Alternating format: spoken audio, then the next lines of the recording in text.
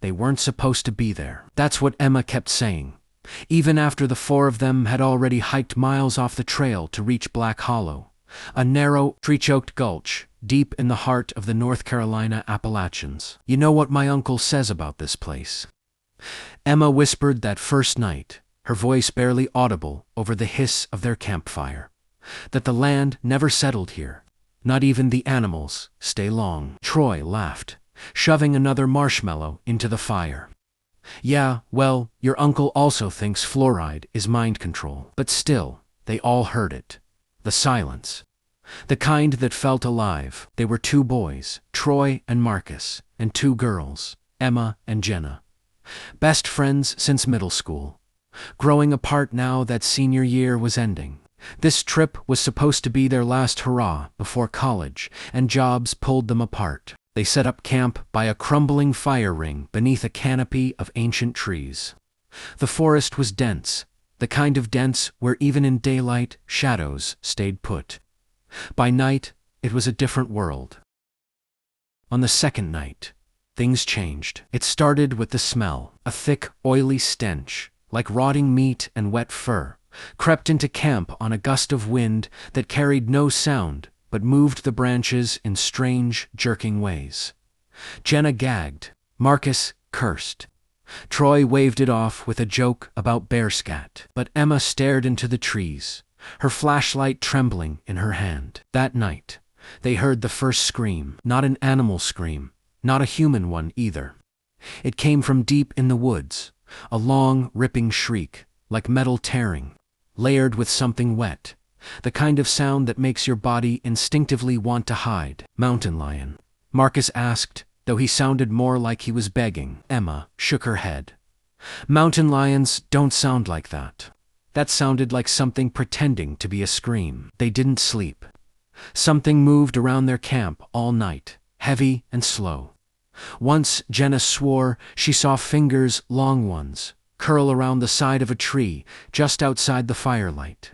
She screamed, but when the boys ran over, there was nothing. Just clawed gouges in the bark, as if something had hung there for a moment before vanishing. By morning, Marcus was gone. His tent was torn, the stakes ripped from the earth, blood in the grass, drag marks and footprints, not human, not bear, leading into the trees, long and wide, 5 toes, no claw marks. The stride was too long for a man. They tried to follow the trail, but lost it within a quarter mile. Whatever had taken him knew how to move.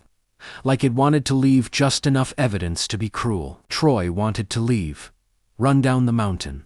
But Emma insisted they needed to find Marcus. They stayed another night.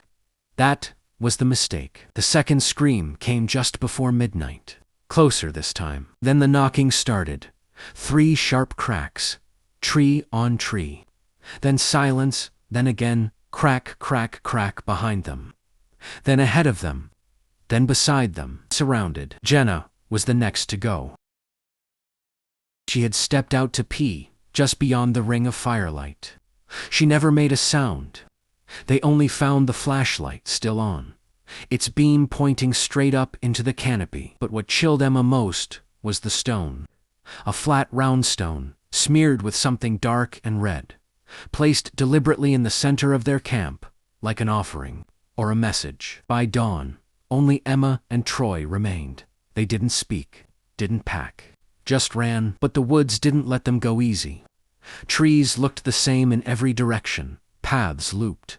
Time didn't feel right.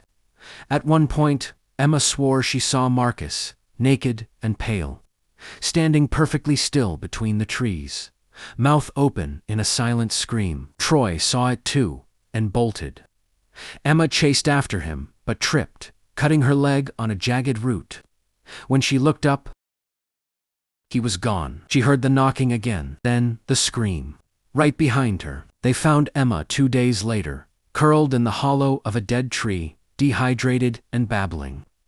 She wouldn't speak of what she saw, wouldn't go near the woods again, but rangers say she carved something into the bark with her fingernails. One word, over and over, screamer. And beside it, the crude drawing of a tall, hunched figure with hollow eyes and a mouth that stretched too wide, forever open in a soundless howl. Locals don't talk about Black Hollow anymore, and no trail maps show it. But sometimes, when the wind is right, hikers hear a scream that doesn't sound quite natural.